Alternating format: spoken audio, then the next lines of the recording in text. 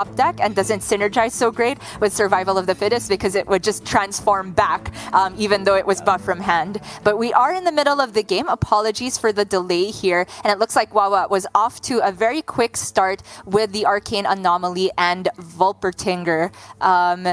The Anomaly is a relatively new inclusion to Face Hunter, but I do like it. The additional health you can get from your small spells does make it a bit of a pain for some other decks to deal with, but we can see EzXarT here has the opportunity to just remove it with Lunar Eclipse. Yeah, Lunar Eclipse is one of those cards that you're talking about that could be very, very helpful in this matchup, and actually EzXarT has both in hand as well, and there's a Bog Beam or Pounce are both also great removal options as well. And things are discounted, and there's an overgrowth. Like, this hand from EzXarT is just looking fantastic the more and more I look at it.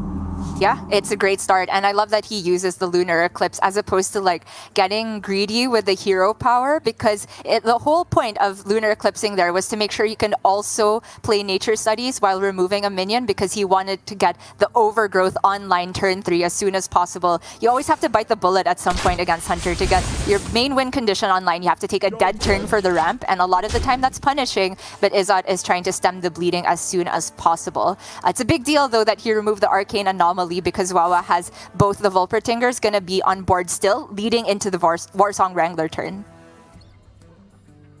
Yeah, and we do see that Wrangler in hand as well. Another choice here, not going for that Overgrowth there yet, starting with the studies, but still going to be able to clear a minion with that second Lunar Eclipse.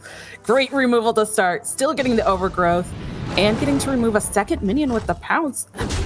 That has to be one of the best Druid turns I feel like I have seen in quite a while.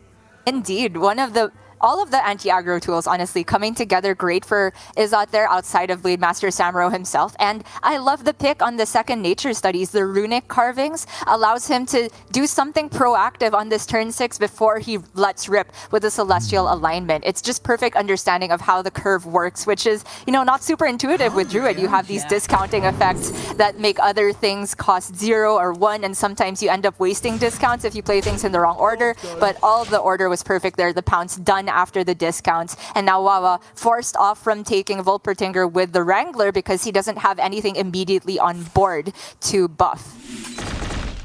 Yeah, I think it's a really interesting choice too here as well, with the knowledge that if that Wrangler comes down on turn 4, it could lead into that turn 5 Rhino, and setting these 2/2s out on the board just gives more targets for that Rhino to hit, but it is still getting on board. Like you said, I'm filling in the curve at the same time, so it's something to do, and passing on 6 mana as a Druid does not feel like something that EzXarT wants to be doing. So gotta make that choice there of, do I want to be doing nothing, or do I want to at least try to do something even though it might not be the most ideal thing?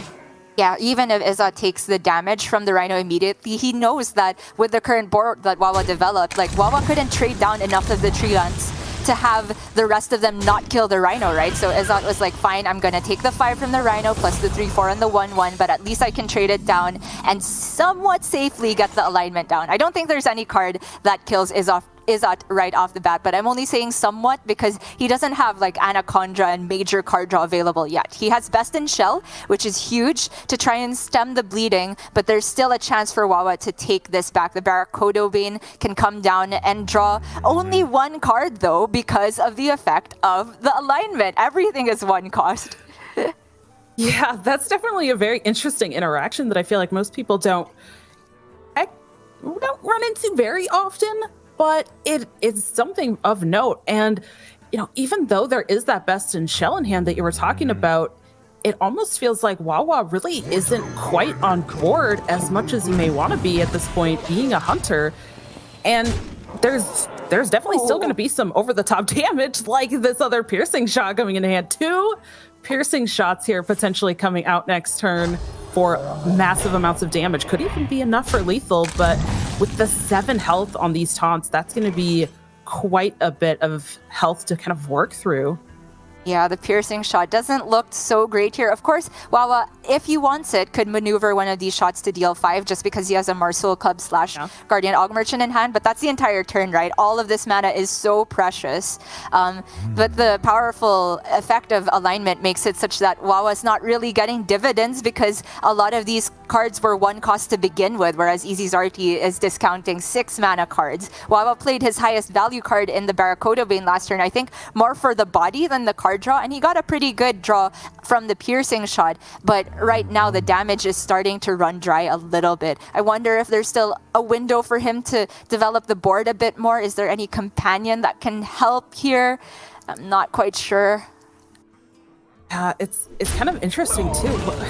After this alignment has come out, like you said, everything being at 1, but how do you think this kind of plays in with fitting in those hero powers? Because Hunter really wants to be squeezing in those hero powers at times too, but gonna have to try to maybe go for something else instead. Yeah, you could weave it in if you had more mana, but I like this line from Wawa. He's just trying to go back-to-back piercing shot and not respect the possibility of healing from EzXarT. I completely agree with this. Like, EzXarT, I think almost any board presence would be able to delete any effort Wawa would had if he had gone for like Intrepid Initiate that turn. So he's just trying to say, you don't have Cenarion Ward, I can win with Piercing Shot next turn. And for now, EzXarT is still digging for such healing, but he has so little mana to work with from this point. The Enrich can draw him 3 cards. This Nourish, I think, has to be used for ramp. Yep. Yeah. This is one of those really tricky spots that it's difficult. You were talking about there's no Anaconda right now, and Anaconda would be so helpful. Even with that draw, maybe there could be a little bit of something found to try to combat this damage that's going to be coming out, but yeah, nothing. Even the Owl just does not feel like it's enough here to stop this damage. Yeah, I don't think EzXarT has any way to play around direct damage from spells at this point, so he's just going to go for Owl Survival, try and win on board. Didn't draw the Cenarion Ward, and even if he had gone for Nourish for more draw, he had no mana left to work with. All of the spells cost 1, including Lightning Bloom, so there was no more way for EzXarT to gain any additional mana. Because of that, Wawa can get the lethal with the Piercing Shot, very nicely set up on the previous turn, recognizing that there was not really any room for Wawa to play for the board at that point. Just trying to hope EzXarT didn't have the Cenarion Ward, and this time he did not have it. Wawa goes up 1-0. Yeah, that was definitely impressive. I like the play, though, from the other side of just trying to get out that massive board and just hope that the Hunter doesn't have it. But if you're in a spot like that against especially a more aggressive deck that has really been putting out that initiative, putting on the pressure, and you have to just hope that they don't have it, not a great spot to be in for sure. But, you know, it's Conquest, so there's still going to be another chance to get a win with that Druid. So definitely not out of it yet. You know, there's that initiative, all that damage that we mentioned coming in from that replay. Yeah, I mean, it's pretty cool to see this pan out, Dom, because we were saying EzXarT had pretty much the best anti-aggro hand you could have versus Hunter as Druid in the early game, but still tanked a lot of damage because that's what Hunter does. And in the end, if we think about it, if the Barracuda Bane had drawn almost any other spell, EzXarT could have survived for one more turn, right? The second Piercing Shot being drawn, you never usually see that from Barracuda Bane because it's supposed to draw 1, 2, 3 costs, and Piercing costs 4. But because of the effect of Barracuda Bane, yes, there was only 1 chance to draw a spell, but it happened to be the highest singular damage output spell for 1 mana for Wawa, and those back-to-back piercing shots effectively acted as a Pyroblast. So ups and downs to Celestial Alignment there. Pretty cool to see it pan out that way, but Wawa is going to queue up his Garrote Rogue next, perhaps his signature deck, or at least the one I've seen him tweet about most on social media, and he's opted for pretty much the same version that we were seeing from just last week at HGI. The Blackwater Cutlass added in there from the mini set to keep discounting your spells, particularly Garrote. But the nerf to it is something to keep in mind because the breakpoints now usually require you to have 3 points of spell damage to deal lethal. Yeah, and those breakpoints are potentially even more important in this matchup too. We see is that bringing back this druid, and you were talking earlier about that Cenarian ward, and if there's the potential for a solar eclipse Cenarian ward as well instead of just a single Cenarian ward, that is so much more armor as well. Is it going to be enough after those changes for Wawa to be able to get that damage through and actually complete the game and take the win? Potentially not quite with the regular game plan, but even before all of these changes to Garrote Rogue and before the mini set gave Druid this something of a new archetype with Mr. Smite in there, I kind of thought this matchup was not really about Rogue completing the combo because they can't really outpace alignment and get the job done most of the time because Druid's not playing alignment on turn 7, they're doing it turn 5, turn 4 sometimes even.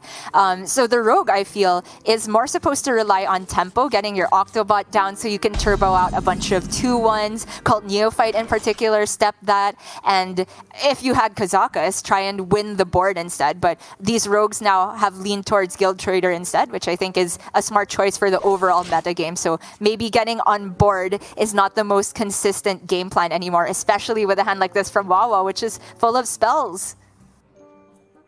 Yeah, it's maybe not the most ideal starting hand, but on the other side is that starting hand. We're seeing a couple of different cards that we didn't get to see last game, like that Lightning Bloom and the Anaconda finally coming into hand.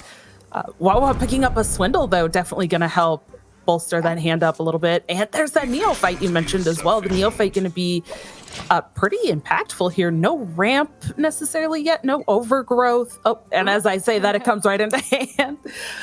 That's going to be very, very helpful for EzXarT to work towards that game plan that he already has pieces for in hand. I can't stress how good of a draw that is because EzXarT, if he had not gotten the overgrowth, he was looking at, all right, is my turn just going to be Jerry-Rig Carpenter and hand Wawa an Octobot proc on a silver platter? That feels awful, right? EzXarT, with the overgrowth with the Lightning Bloom, yes, he's going to be overloaded going into turn 5, but he's kind of happy, I would say, to take a dead turn, just as long as he can go coin alignment after that. Now, coin alignment, always a bit scary if there's an Octobot on the other side of the board, because Wawa could eventually make his hand cost 0 after it, but it depends, right? If there's no field contact in that hand, it's only a small board push. Wawa gonna let loose with the secret passage that he kept on turn 1, but doesn't really get too good of an outcome. Sits up after he finds field contact, though, because that's coming back to the original hand. But yeah, going for the second secret passage, finds that other Octobot. Pretty interesting, that interaction that you talked about as well with the Celestial alignment and the Octobot discount. I wonder if that will impact EzXarT's decision to potentially try to trigger that before the Celestial comes out, but it also could depend on the hand. And now we see both Octobots on board already, and like you mentioned, that there's going to be even more resources in hand coming back here. That field contact staying in hand. Yeah, just one contact on one Neophyte, even though it doesn't look like a lot of fuel, into a Celestial alignment turn if Wawa is able to find a proc for his Octobot. It's a big deal that he doesn't have like an Og Merchant left or a Penflinger to proc this Octobot. Then Wawa can go wild with the board, right? But like you mentioned a while ago, it is the turning point for EzXarT because he can take this turn while he's overloaded to say, all right, I'm going to proc your Octobot with my hero power. You're going to develop a board and it's going to be scary, but next turn I can alignment and make everything cost 1 again and your Octobot discount is gone. However, it looks like he's going for the Moonlit Guidance, finds Lunar Eclipse. I don't really see much point in coining that out though, because it's not like it one-shots the fresh Octobot. Yeah, I guess the only benefit could potentially be just to draw the other copy out of the deck, but it really doesn't feel as necessary there. Just holding that coin for the alignment, like you said, is great, especially with the Anaconda Nourish just waiting in hand afterwards. But this Neophyte might really mess that plan up here. Yep, it's a huge deal. Shuts down EzXarT's entire sequence of turns leading up into alignment. And Wawa looks like he's even going to step this Neophyte. I wonder if he's going to hold it to go with contact or go with the double Neophyte turn. I would favor holding it, honestly, because I think one Neophyte is enough to shut down what EzXarT was kind of telegraphing there in the alignment turn. Yeah, especially with Wawa knowing that there's still that coin in hand as well, right? Just to kind of alter and stop those over multiple turns feels so huge. Interesting for EzXarT. He goes for the tempo Anaconda. I think you do need to do something like this to stem the bleeding. Of course, Anaconda is amazing after alignment, but he needs to survive till that point. And from this nature study, it's a very interesting decision here. He could go for the pouch, but it won't be playable this turn because of the Neophyte aura. It'll go back up to 1 mana, even though a nature studies had been played. Adorable Infestation is not a nature spell, unfortunately. So he actually ends up taking the runic carvings again, which does have some synergy with Anaconda. But now Wawa gets to fight back. Again, able to proc the Octobot with just bumping into Anaconda. So I wonder if it was potentially contact and then Neophyte start, and then you bump and discount what you draw off the Neophyte, but he's actually going to discount what he gets from the Shroud instead, which is perhaps an even better way of going about it, because he discounts even more cards. Yeah, more discount seems good. I think adding into that discount pool seems like a very good way to go. And it's interesting, you talked about, is that taking that runic carvings a second game in a row?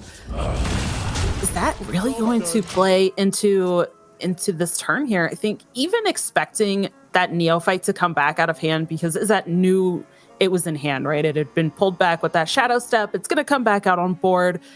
It's still able to be played, even if runic carvings were to cost 7 potentially. There's still enough mana to get that out on the board, but is it going to be enough to just play that out at this point? You talked about all of the tempo that can come out of this rogue, and we're really seeing that here. I mean, EzXarT's at 17 already. It's only turn 5, really, and there's been so much damage that's pushed. Is this like Celestial feels a little slow? Runic gonna be enough? He can go Lunar Celestial, which would leave 9 points of damage on the board. So EzXarT effectively at 8 there, and he's not actually dead to any singular card from Rogue, especially having seen both Octobots already. And in fact, he's not even going to Lunar at all. He's saying, I'm alive, even to Garrote here. And it's a brave play, but I do think this is the only win condition, right? Runing to stem the bleeding. Runic, doesn't really help in the long run because he'll be overloaded if he takes the rush option, and he would probably just die over 2 turns. But Wawa here has the counterattack of second Neophyte. That's pretty much gonna lock up the game, right? Because it's gonna make EzXarT's cards outside of minions cost more than the mana he has, and no singular minion is enough to stop this.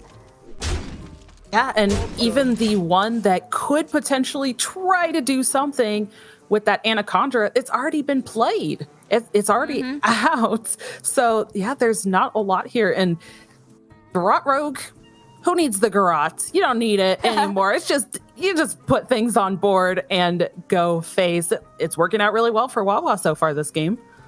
Yeah, it's a perfect execution of that tempo game plan. The first turns were a bit difficult to navigate of how you actually get enough resources on board. Wawa with very little hesitation going for the back-to-back passage, which is something I still struggle with as a rogue player. I feel like, oh, do I really want to go for second passage with not enough mana left? But he realized the win condition versus this druid is to get on board. It's not to get the back-to-back bleeds at the end, because you probably won't even have the mana if they go for alignment. Instead, don't give them the time to go for alignment, and EzXarT already knows there's no way out of this. Even if he goes for Malagos, right? No mana left. The Lightning Blooms will effectively cost 2 because of the alignment plus Neophyte aura. There's just no stopping this, and it's gotta come to a reverse sweep for EzXarT to take it back.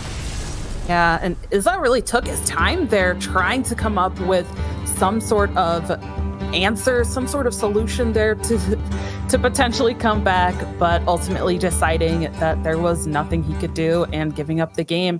I mean, we don't know much about Wawa, but from this first couple of games, very powerful showing, I'd say so far. Really well played with this rogue. Like you said, a favorite, probably plays a lot of rogues, so very familiar with the deck, and I feel like that showed.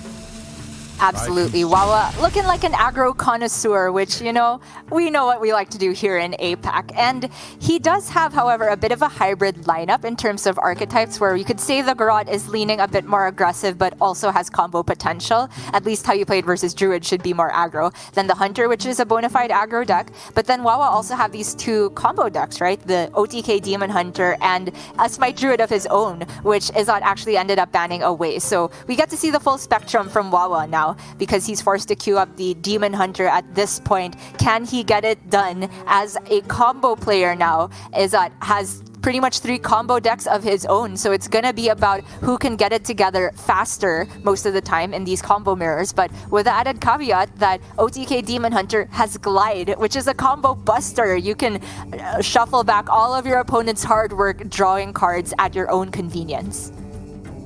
Yeah, Glide can be huge against some of those huge hands.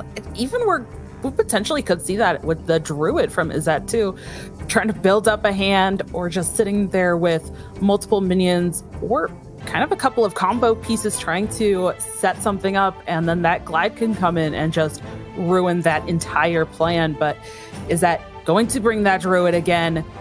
Has to reverse sweep, like you said, but Wawa has 3 chances now to take a win with this Demon Hunter that we're seeing. Here it is, though. Overgrowth to start things off for EzXarT in hand. That is a fantastic start. Yeah, looking good for EzXarT already with the Overgrowth, but it's all about trying to keep that balance of drawing, right? And don't get too punished by a Glide if possible. But for Wawa, that's an amazing starting hand. The Spectral Sight's able to be outcast back-to-back if he needs it. This could be turbo quest completion. But for EzXarT, he's got a decent start of his own outside of the Overgrowth as well. The Jerry Rig Carpenter, and guaranteed to cut the Nourish in half. That's the only choose one spell in the deck. However, 1 Nourish drawn, so the Jerry Rig's only going to get the other copy now. Yeah, and now maybe a debate about playing that Carpenter to get the other Nourish, but also the Lightning Bloom into Overgrowth that we saw the last game looks like it could be something that EzXarT's thinking about here. Yeah, looks like he is going for it again. Good spot. Because he will still be able to play the Jerry Rig Carpenter on the 3-mana turn, which is next turn, and then follow up with the Nourish. So even though it floats 1 mana in the middle, it's just a good understanding of what you're actually using the Lightning Bloom for. Not so much outside of like alignment and ramp anyways, so just get it done. Yeah, I think it also plays really well into that Glide potential that you talked about. Even though the Glide would still be a couple turns out, it does give the possibility of just getting the mana now, trying to get a couple of cards, and then even maybe using one of those Nourish pieces to get even more mana. And then there's really not going to be a ton of cards sitting in hand that EzXarT has to worry about the Glide, and could potentially just take that out as an option for Wawa. But the Sigil of Alacrity coming into play too. 0 mana Alacrity always feels really great, especially with that other Spectral Sight sitting in hand.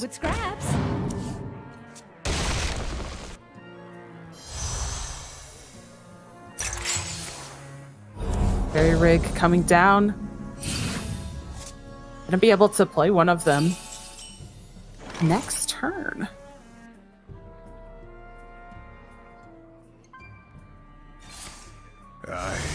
Oh, I'm gonna go for the Spectral Sight. Picking up the Studies is not bad, but also a bunch of tradable in hand really works towards this quest completion. Another happy guildie.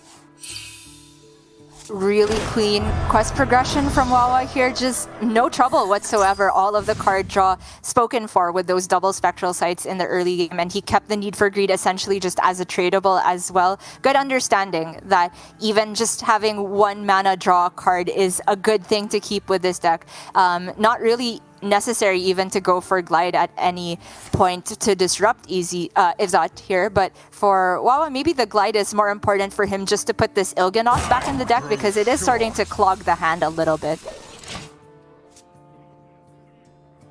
Yeah, it definitely is a little bit, and I'm curious to see how Wawa wants to use the Glide.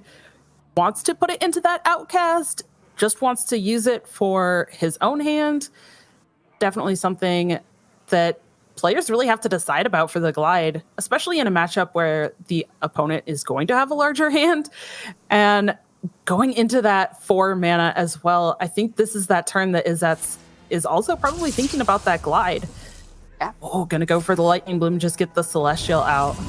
Yeah, it's a good spot from EzXarT, right? The timing is crucial here. If he left Wawa one more turn to get the Kurtrus in hand, suddenly the alignment is a much worse proposition because Wawa could then just play his Kurtrus for 1 mana and the entire deck costs 0 from that point. So what EzXarT has done here is say, yeah, you can still potentially get Kurtrus in hand for 1 mana just by playing Glide or something to complete your quest, but the Kurtrus itself will cost 5 and it's going to take forever to get on board. So even though EzXarT himself is going to have a dead turn by virtue of the overload next turn, I think it's a good trade-off. But for Wawa here, does he ever try and capitalize on a different game plan? Because I've seen tempo Il'gynoths before in this matchup, and it could even be joined by a Stelina potentially, just to try and punish EzXarT for having no plays next turn. Yeah. Oh. Gonna move that Stelina over, and it actually ends up costing 1, not 0. Yeah, doesn't want to go for the Il'gynoth, which is understandable, right? Because it wasn't, you know, threatening lethal over 2 turns on its own. And, you know, even if it were able to push the 8, if EzXarT just had like an owl and a buff to deal with it, suddenly that's Wawa's entire win condition out the window. So Wawa is going to try and get there the hard way, get Kurtrus in hand at some point, and then wait till turn 5 to do it. But man, is that a difficult proposition. It's so hard for him to even outcast this glide to try and disrupt EzXarT at all. But he gets a glide off the double jump. I was just about to say it. It is feeling awkward for these outcast things because all of the outcast effects kind of seem to be trapped in the middle of the hand. And it almost feels like that I-beam last turn was just a recognition of trying to set up that Stelina or the outcast ability, but now has to decide about this glide. Job done. Gonna go for it.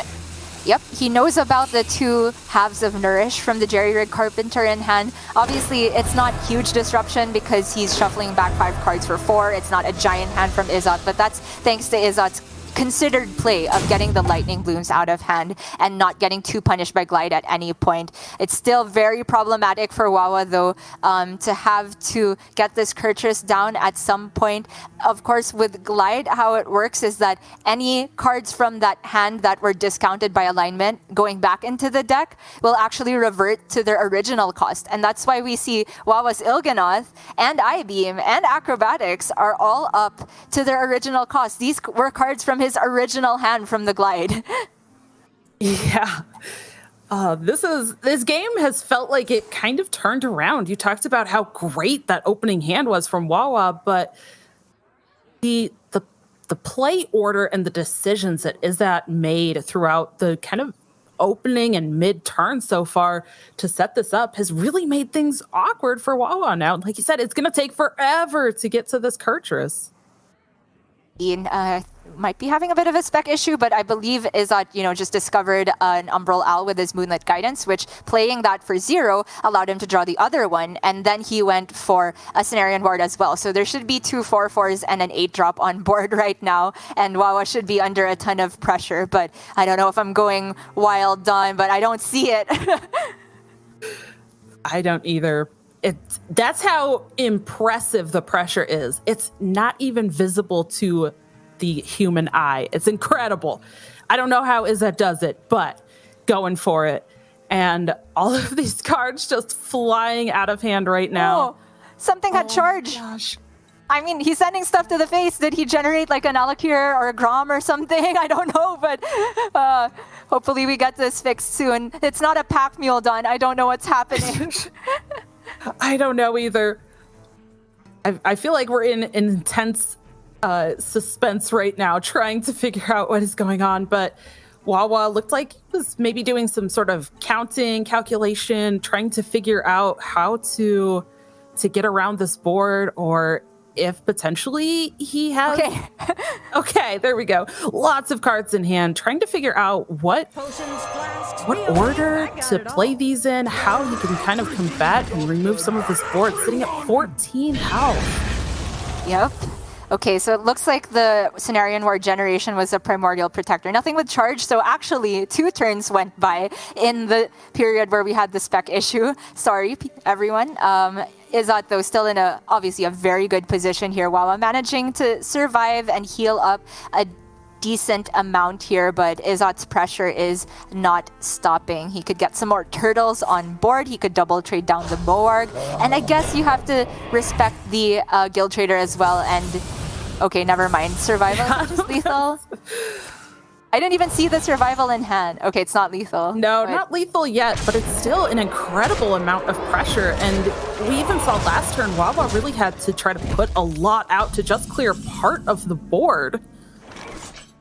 And now it's back. There's even more board than there was before. That's gotta be the game. I mean, for EzXarT, honestly, I'm a bit sad that he had 2 losses on the Druid, which we got to see in full action, but the turns that he had, the big moment, the reason why he's banning and bringing this Druid and so many other people are bringing it, was lost there. But you can clearly see it can do some crazy things in the span of 2 turns. If you just look away for a bit and blink, you come back, you're staring at 70-70 of stats on the other side of the board, and Wawa just got hit by the early alignment. The Kurtrus stranded, unable to come down. I think EzXarT completely understood the win condition, and he's gotten his first win on the board.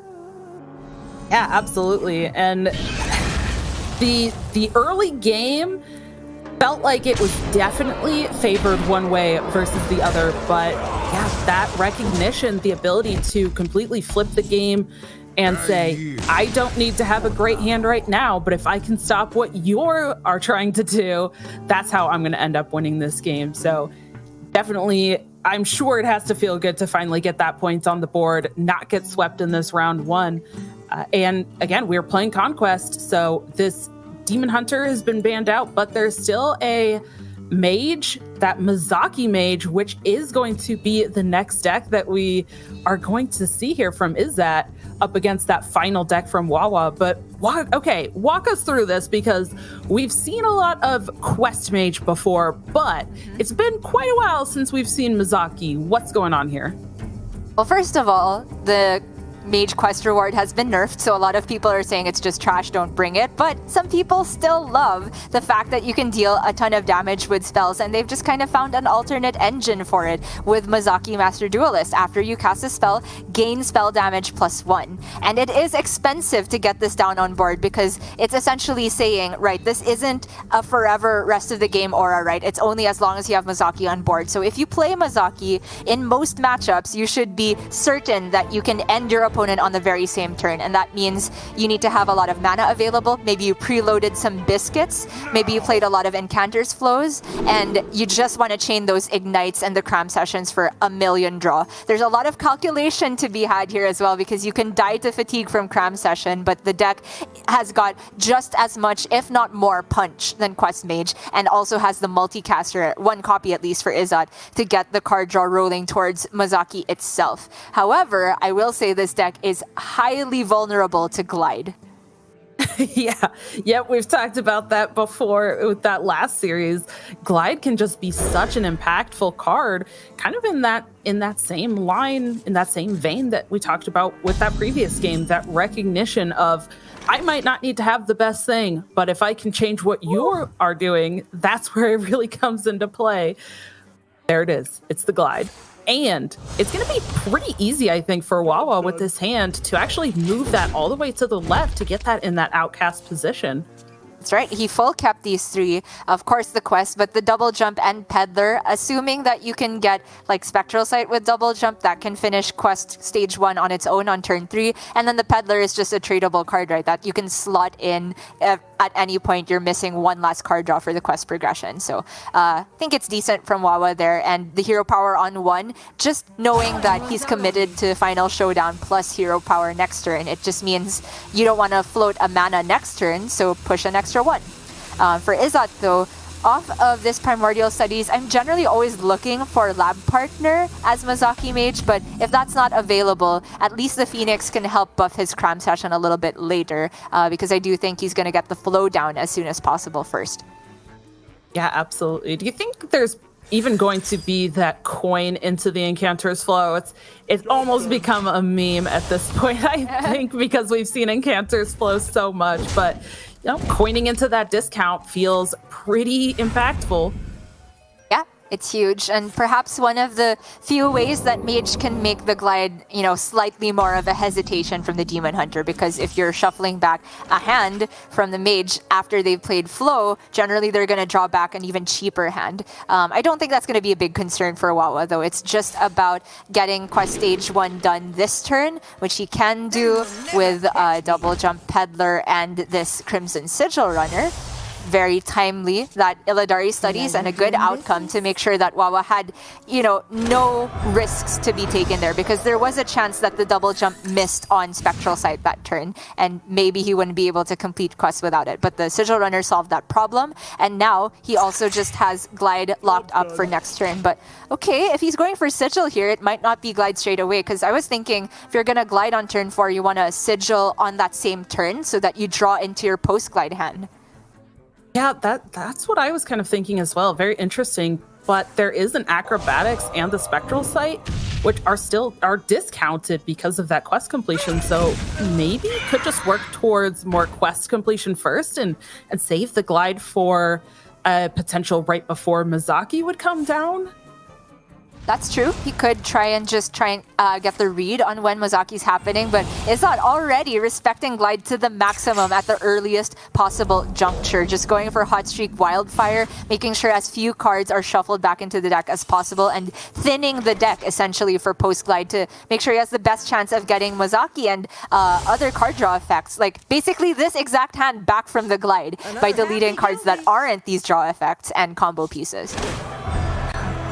Turn 4 already completing the next portion of the quest. Definitely has really set up well. I think that starting hand again was very good for Wawa. Didn't quite work out with last game with that incredible start, but I feel like it might be a little bit more helpful in this matchup. But there's that multicast you're talking about. Again, only a single copy. I know in our practice we saw a lot of versions that were running 2 copies of Multicaster, but seems like 1 is pretty reasonable, drawing several cards here. Definitely helpful. Not really enough mana to do anything, though. That's going to be it for the turn.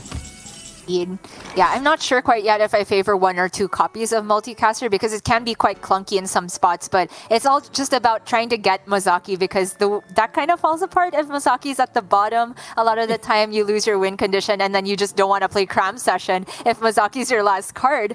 But EzXarT finding a good turn to slot in the Multicaster. 2 spell schools played, everything but Frost, so it gets him 2 draws here. And now Wawa going with his double jump here has the opportunity to Glide once again, but I wonder if he's going to greed it even further. There's still a way to get Kurtrus even without it. Yeah, just by playing Spectral Sight, he can get Kurtrus in hand. Not the one on the right, though. That would overdraw the Kurtrus. I mean the 3rd card, Spectral Sight, if he wants to complete quests that way. Of course, it's not optimal because you're losing total card draws by playing a non-outcast Spectral Sight. It could still be a Glide turn, honestly, but if he is going to Glide, I'd favor him dumping at least the 0-cost Immolation Aura. You don't really want to draw that back at this point. Yeah, and it doesn't feel like Immolation Aura is necessarily even great in this matchup. There are more minions in this list than what we've seen in previous versions of Mage, but it still doesn't feel like a card that needs to be saved necessarily, especially with the other one potentially, being available as well. But okay, there's a lot that EzXarT can do here. Yeah. Very interesting from Wawa that he just held back on completing quests. I thought this last mana would be allocated to Kurtrus, but I think Wawa is saying here, I am committing to gliding next turn. And if I glide next turn and I have a Kurtrus in hand, that is extremely counterintuitive. So I think he's saving this glide and the last quest progression for when he feels like he can punish EzXarT the hardest. But EzXarT has been doing such a good job of keeping the hand narrow, right? Not even playing these Conjure Mana Biscuits to not give Wawa any more information than necessary, because they're 0 anyway. He could use them to gain mana on the Mozaki turn itself. In fact, if Wawa doesn't glide here, EzXarT might have lethal. I'm not sure, Don. Like, he just has +4 mana from these biscuits and a Cram Session and Mozaki in hand. I mean, I feel like there is still that slight issue that you mentioned before with the mana. I mean, even getting those mana biscuits, but really would need to find draw on top of everything as well. And maybe that's just that missing piece, but... I believe this is the turn.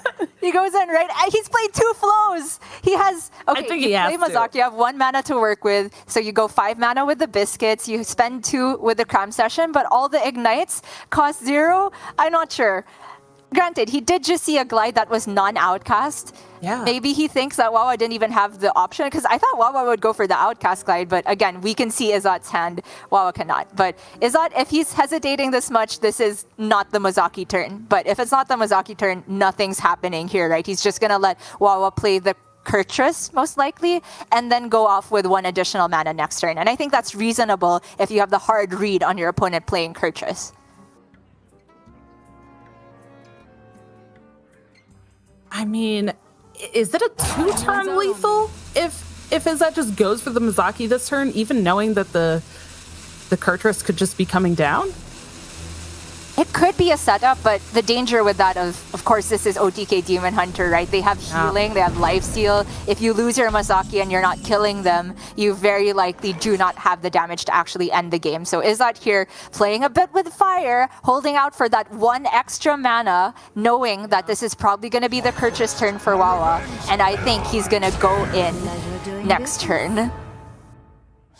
Yeah, I'm sure probably going to be starting by playing something very, very quickly, because there's gonna have to be a lot of actions and the animations. Here we go. Mana biscuits. Yep. Here we go. Going for it immediately. All these 0-cost cards, the mana biscuits, essentially 2 cards here. Gaining mana, buffing Mozaki. Have to be careful about the hand space with Cram Session, because it's already drawing like 5 cards at this point, maybe even more.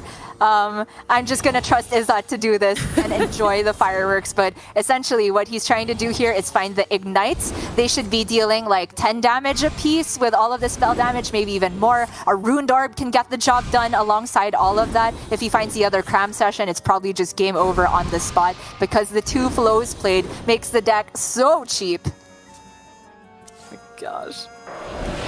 No ignites. There is Spring Water, which is guaranteed to gain mana after drawing the Thalnos, right? No more minions left in the deck. Okay. Oh, sorry, there's the Viper as well, but he drew it before the water, which is a big deal. The rope is burning! Dawn! No ignites yet! It's just Runed Orb! But the Runed Orbs are huge as well. It's 2 Runed Orbs. I think it's just lethal. Yep, they're dealing 15. Yeah, that's a massive amount of damage. Wait, it's only 1 Runed Orb. He still needs to find Ignite. And there's no hand space, and there's no time! Ah! I thought it was 2 Runed Orbs! But okay, there's Ignite. I think he's got it. Or did he? Wait, he dies to fatigue! He dies to fatigue, right? Right? He has to, or it's going to be really, really close. But Yeah. drawing 17, how many did he overdraw? A lot. Yeah. That's a disaster. Oh no. Mozaki Mage is a hard deck, everybody. Cram Session can be your best friend or your worst enemy. Yeah, that is not how EzXarT definitely what that's been playing out, but that does mean that Wawa taking the whole series 3-1. He looks like at a bit of a loss there, just throwing his hands up. He said, all right, something went wrong on EzXarT's side there. But honestly, I couldn't quite figure out what EzXarT was supposed to do, right? The fact that the ignites were at the bottom and he had no further ways of drawing other than like trading a fire sale, and that I don't even know if he had the mana to do that, meant that if you don't go Cram Session, you don't have the damage. But if you go Cram Session and your Mozaki's already that juiced, you just kind of die. And this is all happening with like a fraction of the turn left, the rope burning so hard there. The deck can be very fickle. It did look like Wawa was already ready to accept defeat there, but he was thrown a bone and he goes 1-up in the Swiss. Yeah, and it was it was interesting too. There was no additional damage that could have come out from that Discover from the Runed Orb either. The options were just not there. So there wasn't even the possibility of dealing more damage because of something that was discovered. It could have cost more, and maybe there still wasn't the mana for it, but it wasn't even a possibility there as well. And I think that was one of those last-ditch efforts as well, dealing that Runed Orb damage and just hoping that he could find a little bit of cheap damage to do as well. Oh man, and that's not the last of Mazaki Mage we're going to be seeing, Don. A lot of the titans of the Hearthstone scene have submitted it, including most recent Masters Tour winner Fury Hunter. I'm just excited to see how the rest of this pans out, because that, to start off the day, was already such an entertaining series. For EzXarT, though, I hope you can get it together. That was an unfortunate pan out with the Ignites at the bottom and not having any other ways to draw. That didn't include self-fatiguing, but well played to Wawa as well. I think he's shown he's a connoisseur of these aggro decks. The win he got gotten with the combo deck was maybe not so much of his own doing as opposed to EzXarT's self-undoing, but I think it was pretty clever, the hold off on Kurchus, at least for one turn, right? Kind of recognizing that the glide had to be timed at a certain point, but the timing is so hard to have if you don't have the complete read on your opponent. Yeah, I definitely feel like that was kind of one of the big stories of that whole series, was recognizing these big impactful plays, whether it was holding off a turn for their own game plan or holding off or even kind of initiating one of their big plays to set off what their opponent was doing. And those plays on their own, I think, made huge differences in the games where those players ended up taking the win. But Gia, that is only the first game of today, and it's only the beginning of the entire weekend, so there is tons more action to be watched, and we will have plenty more for you as soon as we get back from this quick break.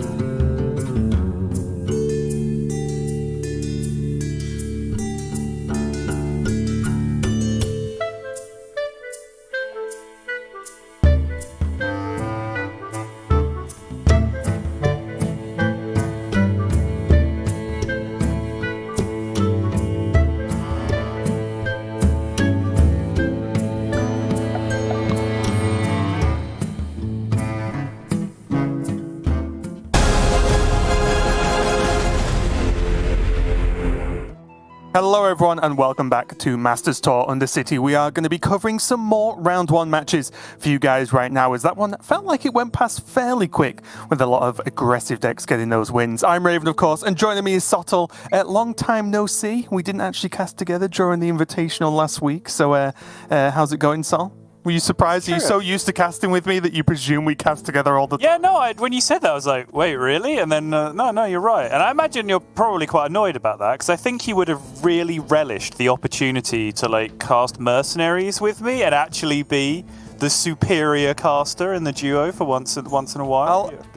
I'll take the benefit of just strictly stealing your job on the first day. So, you know, they clearly tried to get me to do the big job for a while at least. But yeah, we are going to be diving in to more matches from round 1, of course. If you are tuning in for the first time to a Masters Tour, we have 8 rounds of Swiss across a couple of days, and we are going round by round. And round 2 cannot start until round 1 has finished. But we're going to take a look at 2 of the players we have for this next match. It's going to be Tincho versus DETTO going up against each other. I'm not 100% sure which game we're diving into, whether that's game 1 or onwards. Oh, it's going to be from game 1. Oh, brilliant. We get to cast the whole series. Perfect. But just looking at this overall, Sottle, are there anything that's really sticking out from these lineups, or even just comments about lineups overall? Because I think we're seeing a overall aggro strategy, but still a good spread of other things dotted in across the board. Yeah, I think that's a fair way of looking at it. There was a real mixed bag as we followed things, just coming through submission, players tweeting their lineups. Now had a little bit of a moment to sit back and look at it top down, while Gia and Dawn were handling that opening matchup, just looking at the lineups overall. And it is kind of that mixed bag that we expected, right? Because the mini set and the balance patch have kind of shaken things up yet again, and that means that we're in a position coming into a big tournament once more where players have very little preparation. I do really like the way it was handled this time around, though, with a kind of timely announcement beforehand, letting people know this was going to be the case, so they at least had some time to proxy test or theory craft or whatever they wanted to do to come up with these lineups. But it has led to this kind of interesting position where we still have some very combo-focused strategies. We have some outright aggro strats. We have some more mid-rangey stuff. We have some Mr. Smite, the terror of the meta, as I was told early on in the mini set, making a big appearance as well. But in terms of these 2 individual lineups between these players, I think it's kind of a similar story, right? Because we are seeing that Mr. Smite Celestial Druid variation, but at the same time we're seeing some aggro shamans. We're seeing an aggro paladin come into this one as well. So there's a good mix coming into this, and a good mix of players as well, because kind of have an old hand here in terms of Tincho. A lot of games under his belt, around a 50% record, which is nothing to be sniffed at, versus a relative newcomer on the other side in DETTO. Yeah, I am chuckling a little bit because all I can hear is "that's Mr. Druid" to you, as we can see the class names there. But the Aggro Paladin, Elemental, I think it's Aggro Elemental Shaman, and the Weapon Rogue, which was a bit of a surprise to me to see it. Actually, I feel like the Weapon Rogue kind of just popped up almost out of nowhere, and now we've seen tons of players submit it for this Masters Tour. But we are going to dive in with that Aggro Elemental Shaman first of all from Tincho. And again, this is one of those decks that I don't even know if this is the right term, but it feels like a relatively safe bring, right? It's not been messed around with too much with the with either the nerfs or the mini set. It's kind of just an expected quantity, right? Just saying, well, yeah, this is still Elemental Shaman. It still does the job. It's a very aggressive Shaman deck. Yeah, and certainly in terms of a Conquest lineup, it exposes a few holes that some other decks might have on the other side, right? For example, you know, Druid, it just plays big chunky minions every single turn for quite a lot of turns, and Druid can struggle to deal with that in a lot of positions. We do take a look here at DETTO. She did have a very positive record in Masters Tour Stormwind before this, going 6-2, hit a ladder finish to qualify for Stormwind as well. And I have been following along on her Twitter in recent months, and you know, she has very much been on this grind and is very, you know, happy and excited now to be, at this point, a regular visitor to these Masters Tour performances, which I think we can say that second time round now in Masters Tour Undercity. So looking forward to what she can put up here against Tincho. Yeah, and of course, even though DETTO doesn't have quite the the depth of results, being this being the second Masters Tour so far for her, it's a great way to start, right? First Masters Tour 6-2. If she can land another solid score, or even just go deep into the tournament, of course, I think that really just sets up a very strong future for her. And she's going to be bringing this Quest/Pirate Warrior. That again, you would talk about Mr. Smite specifically being the terror of the meta, but I'd say like this deck it's probably been the single most deck I've seen the most by far on ladder right now. It feels like at least every other game is against Pirate Warrior, and it seems to do very well. It's just one of those good all-rounders, I think. Got enough strong early game to play aggro, and then can kind of do okay in late games, especially with that Juggernaut, of course. Or Dreadnought, is it? I'm getting confused now. Whatever the shit. Whoa! Raven, you're the one that's supposed to be on top of these things. And I'm not. There we go. Good start to the day.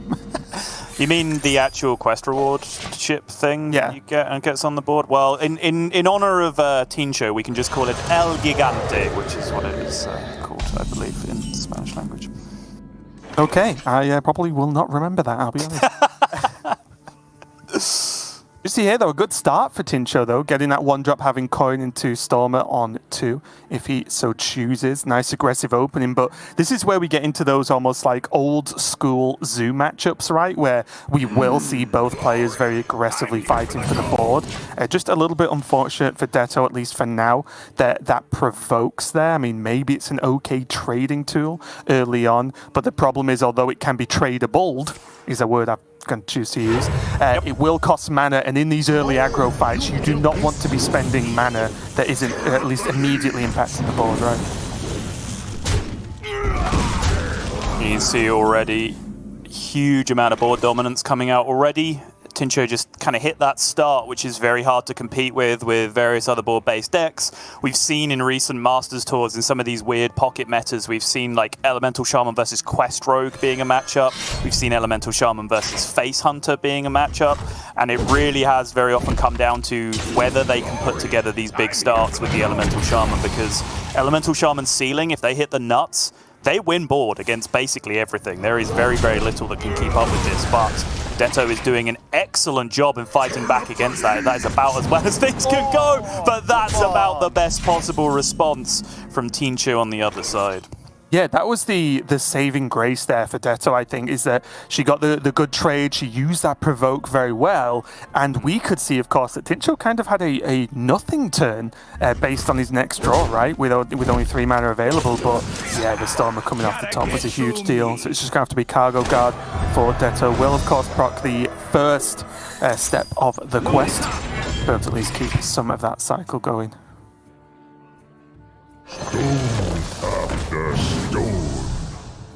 This is where it all starts to go downhill, though, right? Doomhammer, Rock Biter, on curve Granite.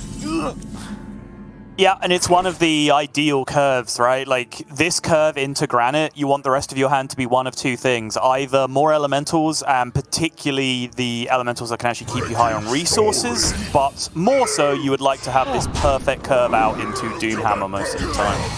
Right, I just saw Tincho, I think, crack his neck on camera, and that is something I've never been able to do, and it always sounds painful. Oh, really? Yeah, he like full-on cracked his neck. I was like, oh, wow, okay. Jealous, slightly. I am a big neck cracker as well. I fully support the self-cracking. Oh, well, that seems... Oh, okay, well, this is a tough choice, right? Doomhammer on curve, or Lilypad just to delete one of these minions, probably the Ogre. I think it might be Lilypad, right? Even though it feels bad to float the mana, because now, for example, Doomhammer Rockbite isn't available next turn. But I guess for Tincho, it does mean that he probably wasn't going to Doomhammer Rockbite necessarily next turn anyway. So just a tough choice there between just pushing forward with damage and continuing that fight for board control.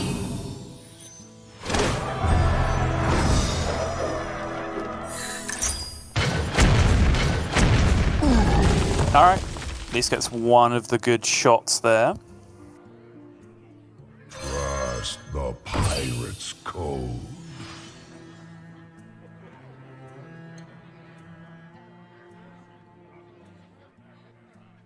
Just wants to swing into face, right?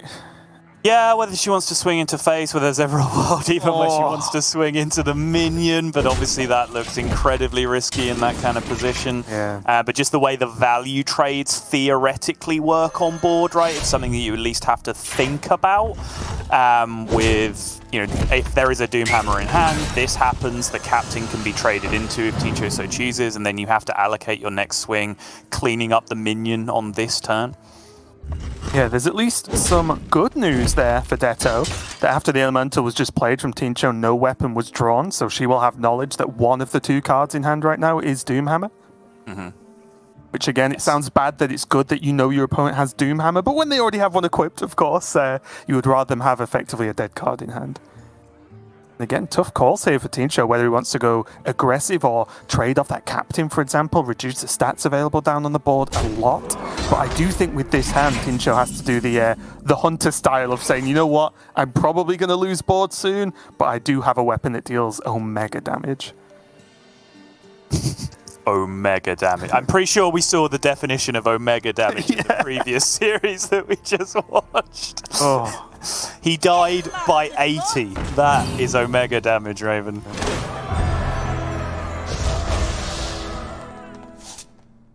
All right, curving out with the Captain Rakara here, if DETTO wants to go for it. And I think it makes sense, right? The captain play doesn't make any value trades that weren't already there available or not, right? So I do think I like the Rakara. 'Cause sometimes it's not right to play Rakara as soon as you get it right, if you have better things to do on that immediate turn, but in this instance, it's a lot of damage. We do see Fireheart coming here from Tincho, and that is a card that has saved the day many times for many a Shaman player, but I think the mana a little bit too restrictive now. Yeah, the question then becomes how you want to allocate this, right? Because either way, you're not spending that much mana, right? Even if you go the other way and just play Rockbiter this turn, the rest of your mana is then being spent on a totem. So I almost feel like it's worth going for the Fireheart this turn, because it might allow you to do something to actually get some extra damage off the board now. I was just thinking Rockbiter, go face totem, and let Fireheart win you the game next. Yeah, no, it's a possibility for sure. The fear, I suppose, is that there is 17 damage on the other side of the board, so by not Firehearting this turn, you give yourself no opportunity to be reactive this turn, right? You could say, play Fireheart this turn, get something to take damage off the board, that way I then have 2 turns to win the game almost guaranteed, which I kind of feel like is where the headspace is at for Tincho right now. Picks up the Stormstrike, though, as a consolation prize.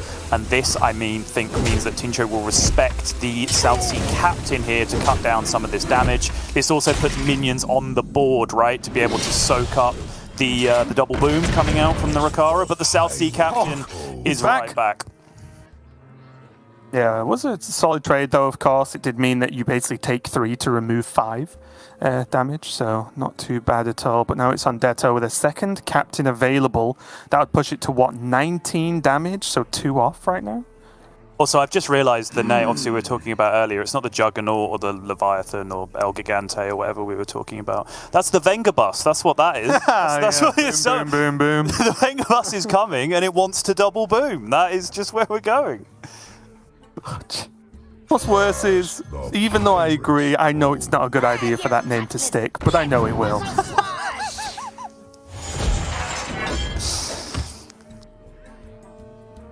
But here now, because it just isn't lethal, DETTO does choose to respect at least some level of the board, leaving just that 1-1 makes sense to me. But how much damage? That looks like it's enough to me. Stormstrike coming down, big old damage coming through. That is 16 just from weapon, 8 twice, doesn't even need the totem.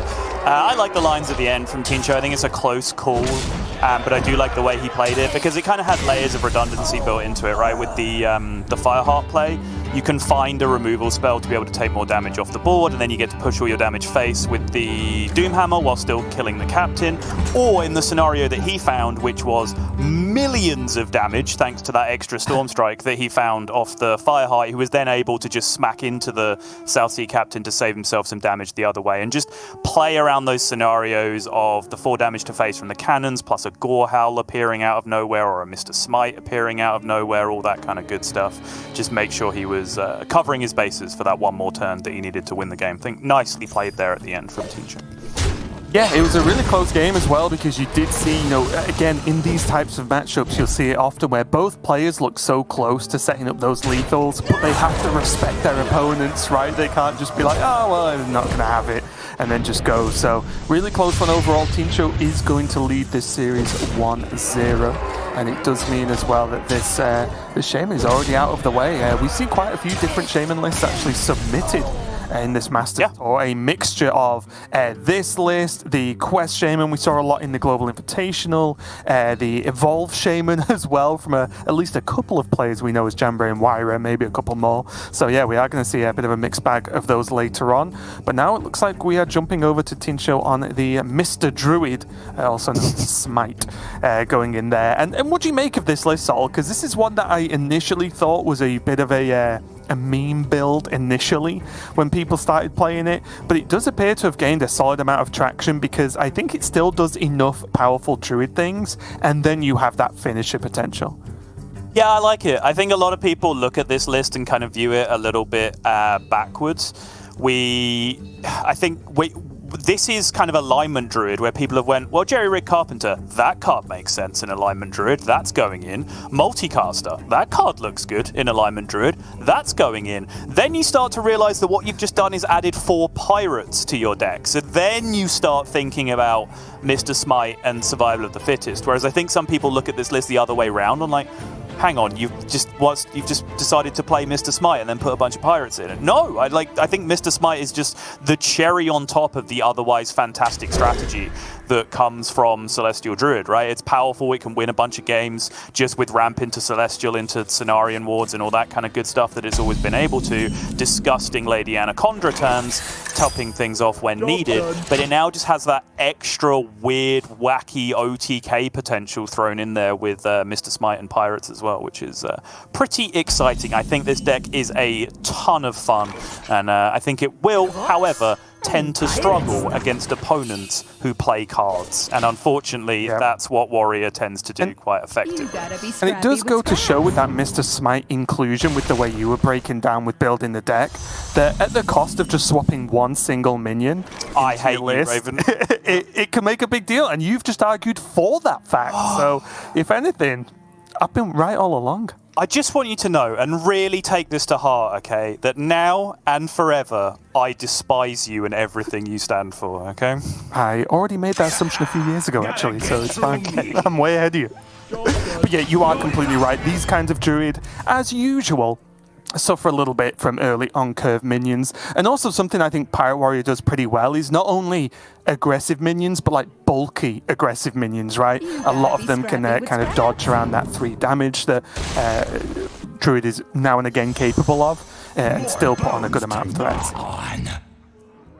Well, series over. I'm not watching anything anymore. I'm now fully paying attention to the cat. Have a good time, Raven. Hello. Wait, why does only one of us get to pay attention to the cat? That's not fair. I was already somewhat distracted by the relative health of her plants in the background there. I imagine during summer it's a lot easier to have houseplants in Finland because you get like 18 hours of daylight or whatever. In the winter, though. A few of them are struggling. Yeah. Light, please. But yeah, so far, getting back to the actual game of Hearthstone, Tincho did have a pretty good early game right there, being able to actually respond to these early on-curve minions from DETTO. The Null doing a lot of work, and still continuing to do so, actually. Moonlit Guidance, another card, I guess, feels weird, like, because we've played with all these cards for a while now, this being like the first big tournament where we see a lot of them, because all we saw was Aggro Druid last time. But Moonlight Guidance is a really, really powerful inclusion in these lists as well. Temptation. You're just looking at the cat, aren't you? I 100% was, yes. I was listening, but I was not watching. I've 100% been focused on the cat since the cat appeared. I do think the temptation is always to look for one of the rush minions in this position. It's just the question there of Owl versus Null. And Tincho, having not been looking at a cap for the past 5 minutes, will have a much better idea of the relative cost of the owl versus the null, right? Like the null was really easy to work out in that position, but where he was with owls is a little bit more of a tantalizing proposition. But obviously, I think in that spot, hitting the null there was a big, big deal. Picking up the second one because of the way that Moonlit works, and now actually having won the board quite effectively. But I think if there's something that's surprising about Pirate Warrior as you start to get grips with it, it's how easily it can actually come back on board from being behind. This has almost been ubiquitous with aggro decks in Hearthstone for quite some time now, where if they lose board, they've got nothing, right? Like, no game exists from that point unless they're able to go face. But Pirate Warrior actually has a good chunk of ability to do exactly this kind of thing, because this is not only double boom this turn, this is quadruple boom this turn with the amount of stuff that can come out here. Looking really nice. Do you think this is a... do you think this provoke should be held? Or do you think that was worthwhile using that one mana floating round to just trade it away for just go digging for something else? Or do you think DETTO's just got everything she feels she needs for now? She's got a solid curve for now, right? I think it's fairly reasonable. She's really not that far away from quest completion as well, which means she can then continue to get a bunch of gas from the Rakara. And I think also because she's playing Rakara soon, Cap'n Rakara that is, she'll have potential for some big provoke targets, maybe the ability to deal with an Anaconda or something like that in the near future using that provoke, which might be a big deal.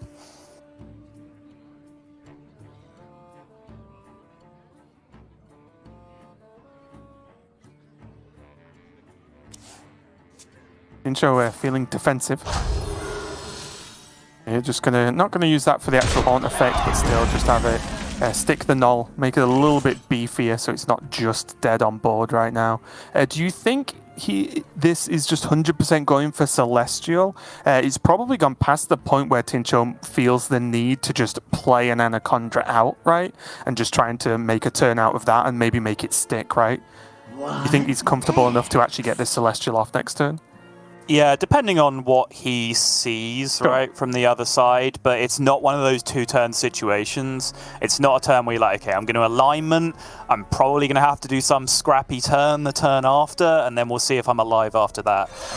Tincho needs to not be dead the turn he alignments, end of story, because after that, he pretty much wins the game with the hand that he currently has. So unless DETTO can represent enough pressure here, which currently she cannot, Tincho is in great shape. And also, this is a really, really big deal because no Cap'n Rakara entering the hand for DETTO, which means this alignment gets to ruin the plan for just about any quest deck, but in particular, DETTO's hopes of just getting a super aggressive board state down. Yeah, this is about as bad a timing as possible, right? As you mentioned, DETTO wasn't really putting forward a ton of damage. This Captain helps, of course. But it does mean Captain's pretty far away right now. Oh, sorry, Captain Rakara is far away. And now there is just going to be the Druid turn. Or the Mr. Smite turn, depending on what you want to call it. Lethal! Probably. It's just lethal. Yeah, I think that the power of Jerry Rig is kind of ridiculous, right, in this deck. Like, look at what Tincho has access to right now. And he is vibing with this turn. Okay. Oh, yeah, no Solar Cenarian right off the rip. Forget about the lethal outs. He's just in business. He's going to straight up win on board from this position. Source of power. Yep, nope, seems good. Those are some Bly's 8s if I've ever seen them. Yeah, still another Solar to pop off if Tincho wants it to ramp, to draw cards, and there you go. DETTO's going to call it a day, and you can't argue with that. I would have already conceded if it was me, and a really strong opening back-to-back games there for Tincho. And that's why we're seeing, I'll give you a bit of a spoiler, that's why we're going to be seeing a lot of Druid this tournament, because I think there's been, I didn't look at the numbers beforehand, so my bad, but I feel like, just from what I've seen, that there's actually more of this Druid than there is of aggro Druid, which is a surprise considering what the last few weeks of ladder and competition we've seen.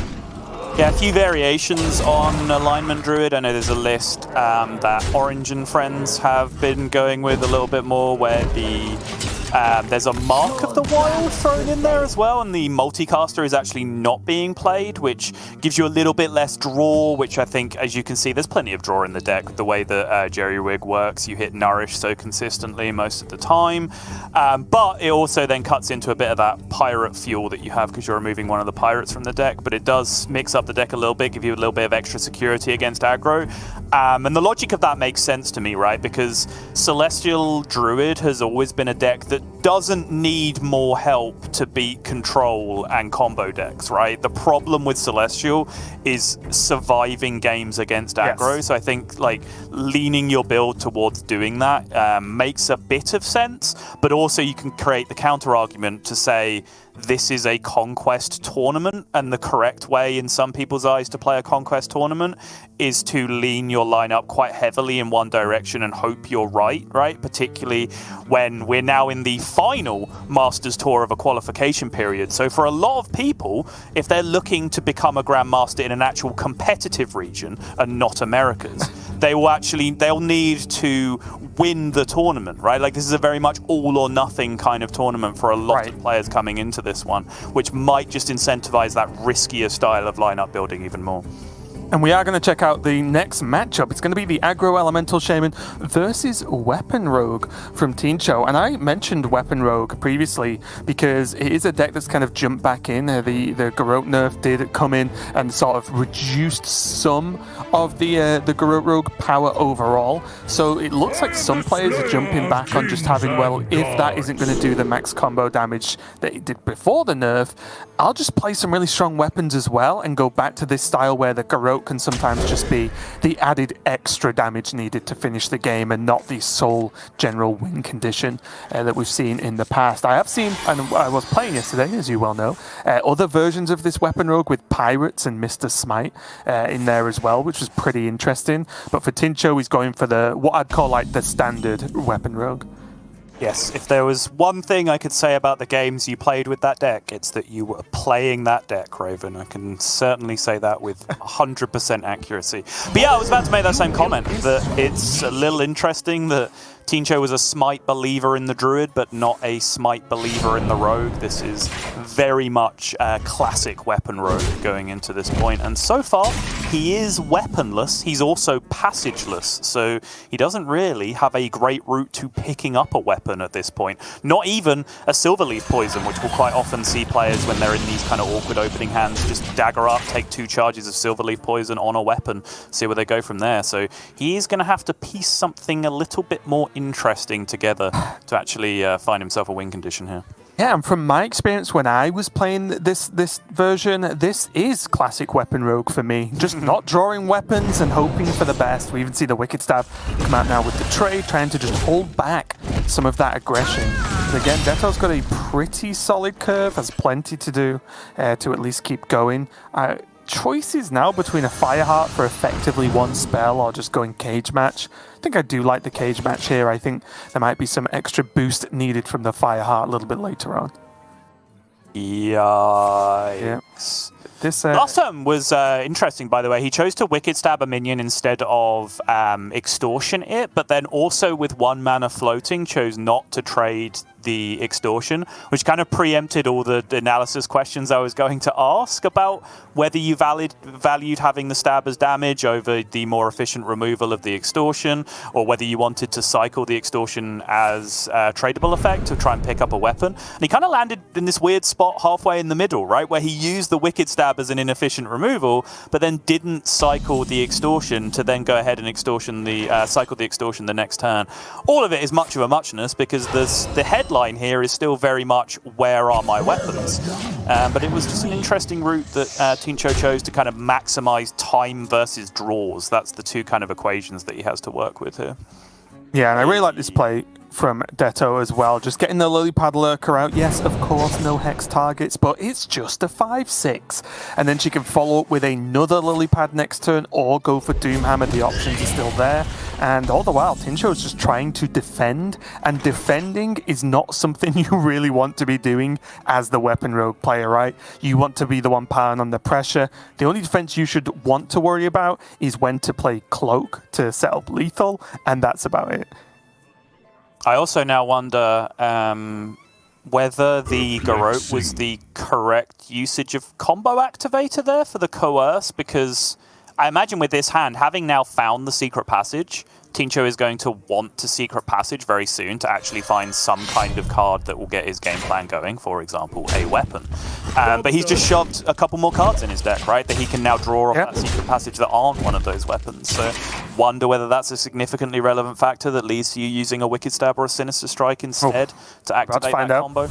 Yeah, here we go. See if there is a punish. Yeah, Tincho went for mana efficiency over setting up a higher chance for the weapon. Does get self-sharpening ×2, but not the one he's really after. That shank is nowhere to be seen. But I think he still has to just self-sharpening, right? Like, he has to do something. Yeah, I think if you'd have given him the Triple S alongside some poisons, then he would have been happy with it. It's just the fact that he's playing a weapon and doing nothing else with his turn here, right? Like, hey, he's pushing the one, Sol. Come on. He is pushing the one. That's a very, very good point. The silver lining here, I suppose, is that Tincho has the cutting class back in his original hand, so he will be able to get some form of efficient card draw going on the following turn. But, well, it's going to be a little bit sketchy from here, it has to be said. Yeah, I'm just trying to think of damage here at an absolute maximum if Tincho had like the best next draw or so, because he does have Cloak, right? So he can buy himself an additional turn.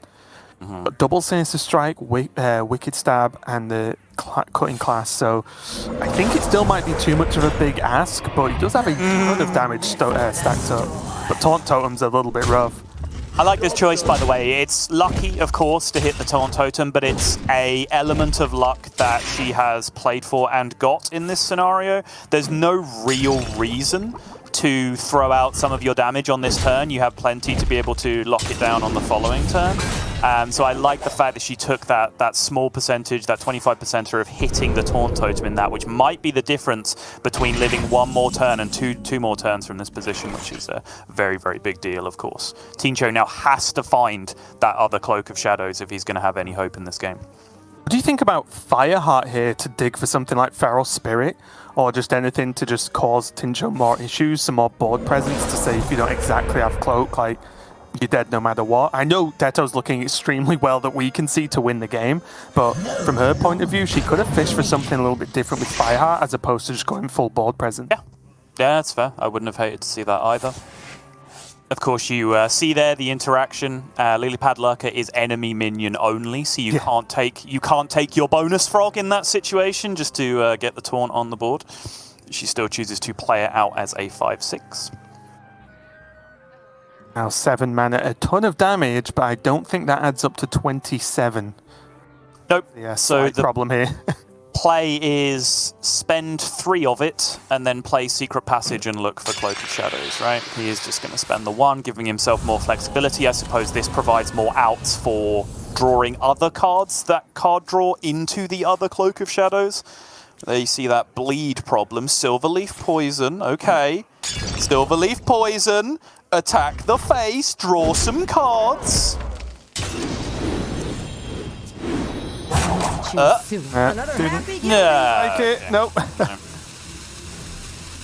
Again, I talked about an out that DETTO played for and got on the previous turn. That was an out that Tincho played for and got on that turn as well. He left himself additional mana, more than what he needed to be able to play the second Cloak of Shadows on that turn, so he could have played Tradables, he could have played the other Silverleaf Poison, as is what ended up. Gave himself maximum chance of being able to hit it, but the other Cloak was bottom 7, which means that DETTO is going to put a game on the board. This one is going to go to game 4 at the very least.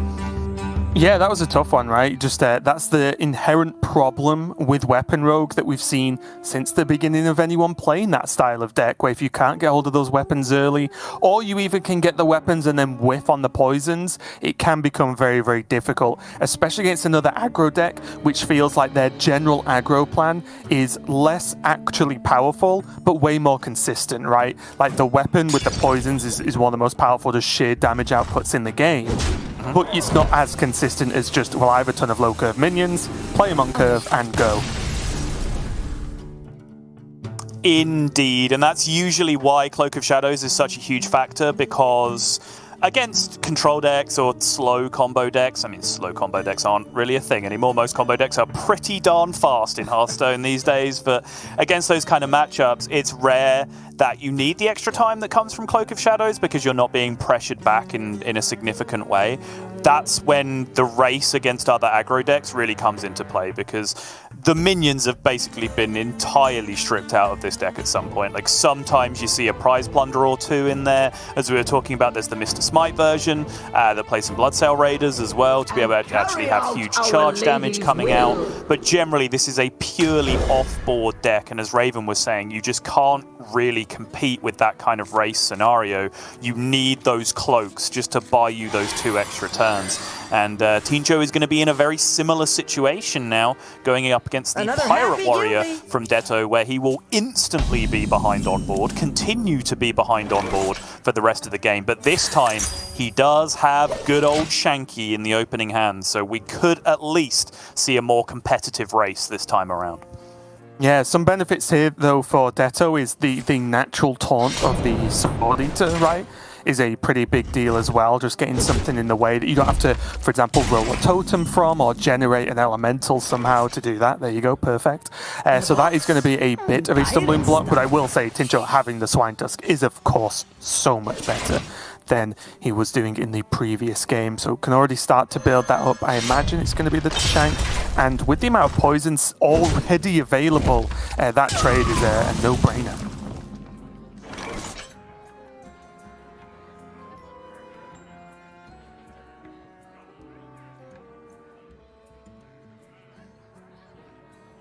Sorry, Raven got distracted again. No, not live. It's alright, I'll do our job, Sottle, don't you worry. You just look at a cat. I have shifted my vision, so I am extremely, looking at the game board so I don't get distracted. Because if we both did, the cast would go a little bit wrong. Yeah, Cargo Guard, solid there for DETTO, but again, just all the poisons Tincho could need, cutting class available for him as well. This is the polar opposite of the previous game for at least his opening.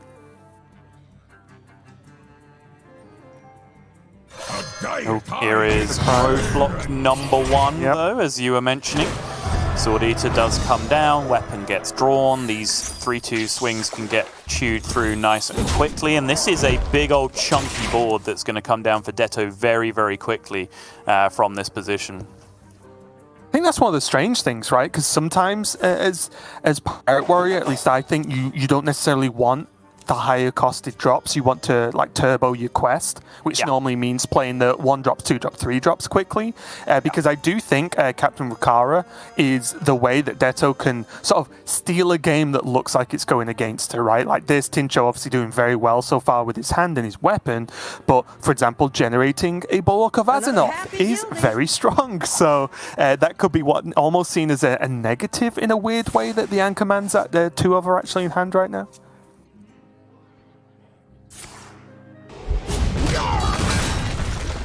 Tincho does have access to that Coerce, though, which he is going to use just to jam through a huge amount of damage. You can still see just the natural kind of little bits of incremental armor that the Warrior is able to pick up is just naturally extending this game by a little bit as well. Yet another advantage that Warrior does have in this matchup. There's a few more to talk about as well, because, of course, there are some decks in the game that a stealthed hero is almost complete protection against, but that is not necessarily the case with Pirate Warrior either. Yep. Yeah, it's pretty spicy. It can just throw those cannonballs out. But I actually think it's 3 and 2 here, right? With the Captain plus, or I guess the Ratchet could be played as well. But either way, I think DETTO will want to focus on just getting as many pirates played as possible. Oh, I like this actually. Equipping the hatchet and then being able to just buff that with 4 durability on that weapon is a pretty big deal. Yeah, I like this. I can get on board with this plan. Yeah, double boom coming out once again. Another happy guildie. And the pressure is already on. 1 cloak in hand for Tincho, so he can plan for 2 or 3 guaranteed turns from this position. But as I said, Warrior, DETTO just hanging out at 27 still.. Very little progress has been made for Tincho from this point. Do you think it can be potentially worth, you understand what I mean here, but sometimes against classes like that, and like, for example, Hunter Hero Powers and stuff, do you think like cloaking early is actually something Tincho should be thinking about to just save the damage that he sees now, as opposed to trying to strictly dodge a lethal that he might not be able to dodge? Well, certainly when there's options for damage to come through in small amounts as well. Like I know, for example, against a Demon Hunter playing Fel Barrage, like Fel Demon Hunter, for example, you will try and cloak to preserve enough health that you can't realistically be killed by Fel Barrage, right? Because if you just cloak and then get killed anyway, you've kind of wasted that position. So we've had similar situations with like Timeout in the past with Shivala Paladin and that kind of thing as well, where it is straight up single turn effects. To get things done. So I don't think there would have necessarily been wrong in that position in a vacuum, but I think something you also evaluate is, am I spending my mana in a meaningful way this turn, right? If not, then go ahead and just dump that mana into Cloak of Shadows instead, and then maybe further down the line you'll find a better way to use that mana that you saved on that turn by gaining some health with the Cloak of Shadows.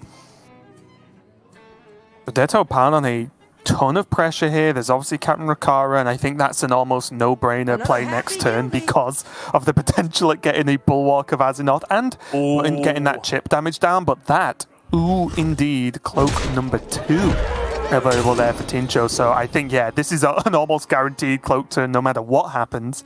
Because to be fair to him, you would have expected to hit your second Cloak by now with minus 18 cards remaining in your deck. Like that just I might have to ask Lorinda to check the maths on that one, just to make sure. But yeah, I'm going to agree with you. I'm going to go out on a limb. But yeah, the earlier Cloak super important. Of course, he was dead on board, but he chose to be. Yeah, and now it's all... Oh, I know I've talked to you, and I've spoken about this before, but if an opponent plays Captain Rukara against me, they are 100% guaranteed to get the perfect weapon and pirate and cannon hit every single turn. Well, the best way to play around that, Raven, is not to give them the next turn and just smack them with all of the damage that you have saved up in your hand. No turn of waiting, no random Mr. Smite, no random Bulwark of Azzinoth, which is probably more important in this scenario. Tincho, rubbing his hands together, knows that he is going to have got off to a very, very good start in this Masters Tour. He goes to 1-0, DETTO goes to 0-1. But good opener on both sides. We see the relative merits of both lineups, and honestly, I think Tincho will be extra pleased there to get his Weapon Rogue Mr. Druid through against a straight-up aggro lineup, really, more or less, from DETTO on the other side, because in kind of the rock, paper, scissors of what things end up with in a Conquest lineup in a big tournament like this, you would say that DETTO has the scissors to Tincho's paper in that scenario, and that should perhaps be an unfavored lineup for Tincho to queue into, and he's kind of stolen one away there, gone up 1-0 in the tournament overall. Yeah, I do think the Druid was probably the one he was worried about in this matchup, of course. But very quickly, before we get ready for the next round, of course, what are you making of Weapon Rogue? We've seen it on stream, not very much already, but just in general, do you think Weapon Rogue has been the way to go after the balance patch? Not particularly. I feel like a part of Weapon Rogue is people coping with the lack of Garrote Rogue, right? Like they just want to play Rogue, and so they're kind of defaulting to the second best deck.